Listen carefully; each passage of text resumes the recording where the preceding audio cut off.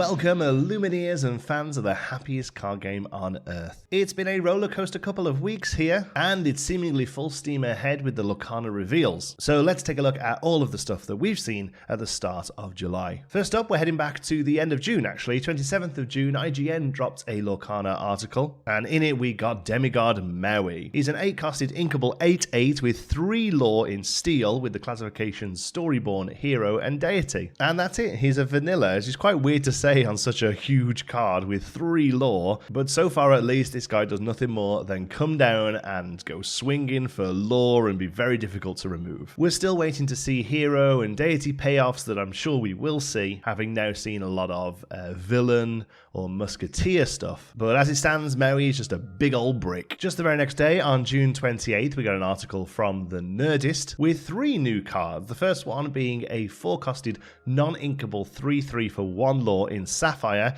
Ariel Who's It Collector. She's a Storyborn hero princess, and she has the ability, look at this stuff. Whenever you play an item, you may ready this character. Right now, with the card pool we have, this card isn't incredibly impressive, but I do think this is what we could call a signpost card, showing us very clearly, at least in part, what Sapphire wants to do. That's play items and get value out of them. Having already seen cards like Belle and Maurice who care about items in this colour, this is definitely going to be a key strategy that you're going to be able to work with, but right now, I just don't think we have the support from the items themselves to really flesh this one out. Still, it's a very exciting card, and I look forward to seeing what it does with the full set. Next up, a 3-costed inkable 3/2 for 1 lore in Emerald, Peter Pan Never Landing, with the classifications Dreamborn and Hero and the ability Evasive. Interesting to see Evasive really creeping into Emerald now. It definitely looks like Ruby Emerald is going to be an evasive package that this one can very much just slot into. The flavor text there, what's the matter Hook, can't you fly? Kind of shows off Peter Pan's bravado a little there, because whilst Captain Hook can't fly,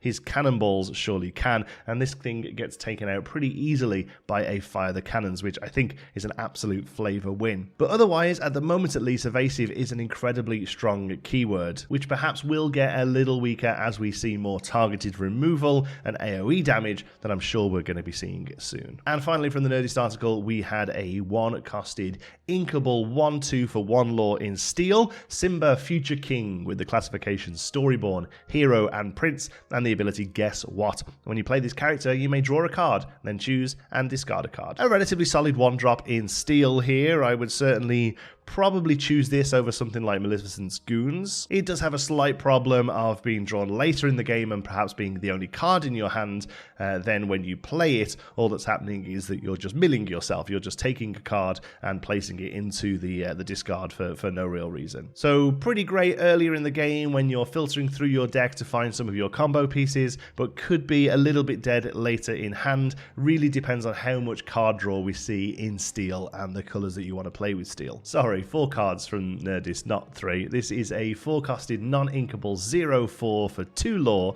in Amethyst. This is Zeus God of Lightning with the keywords Storyborn and Deity, and the ability Rush, meaning it can challenge the turn it's played, and Challenger +4, meaning on the attack it gets 4 to its strength. I'm not quite sure where this fits at the moment, and I'm not really quite sure why it's uninkable. Perhaps more of the set will explain that. I just feel like a 4/4 body with Rush would have been fine, but a lot of Rush cards do seem to be uninkable, so it's obviously a mechanic that they think is very strong. I do like the fact that this is relatively modular. It can either come out and just rush into something, getting rid of a piece on the opponent's side of the board. A 4/4 is nothing to be sniffed at when challenging. Or it can come out and then just sit back, being a threat for your opponent not to be exerting too much for questing, because this thing is pretty much going to be able to take off a good chunk of their board, and then you can use it to exert it for 2 lore if they don't do anything. It's definitely an interesting card. I'm just not sure right now where it really fits.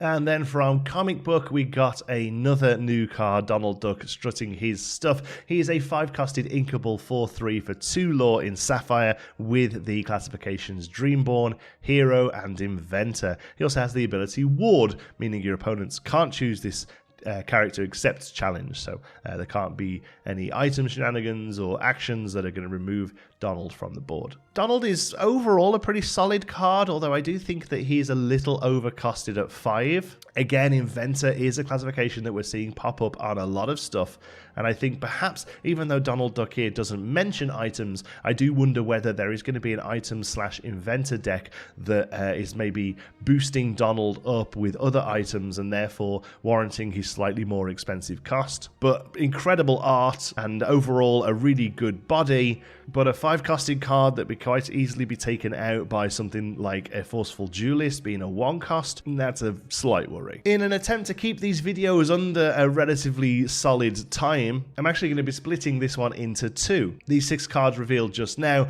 are part of 13 that have been revealed since our last video. The next 7 are going to be in another video that's going to be uploaded at the same time as this one. That other one includes what I think is the strongest card we've seen so far, by quite a mile. Be sure to check that one out and make sure you subscribe to the channel so you don't miss any more videos from us as we approach the launch of Lorcana. Thanks so much for watching. Until the next one, be good.